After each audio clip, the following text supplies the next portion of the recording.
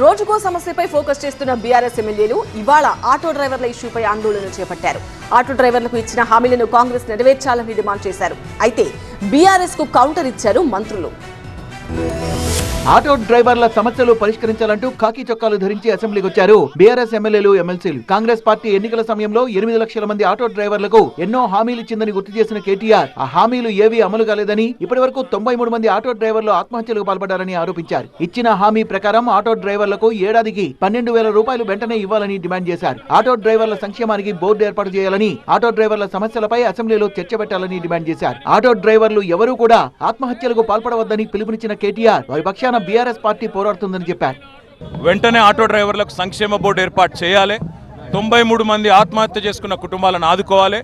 మరోవైపు కేటీఆర్ ఆరోపణలకు ప్రభుత్వం స్ట్రాంగ్ కౌంటర్ ఇచ్చింది. బీఆర్ఎస్ రాజకీయ నాటకమాడుతోందన్న మంత్రి పొన్నం ప్రభాకర్ ఆటో డ్రైవర్ల విషయంలో బీఆర్ఎస్ మొసలి కన్నీరు గారుస్తోందని విమర్శించారు. భవిష్యత్తులో ఆటో డ్రైవర్లను తాము ఆదుకుంటామన్నారు. బీఆర్ఎస్ ఎమ్మెల్యేలు ఆటో డ్రైవర్ల వేషధారణలో సభకు రావడంపై మంత్రి శ్రీధర్ బాబు సెటైర్లు వేశారు. బీఆర్ఎస్ అధికారంలో ఉన్నప్పుడు ఆటో డ్రైవర్లకు ఏం చేశారని ప్రశ్నించారు. ఆటో ట్యాక్సులను బీఆర్ఎస్ పెంచలేదంటూ నిలదీశారాయన.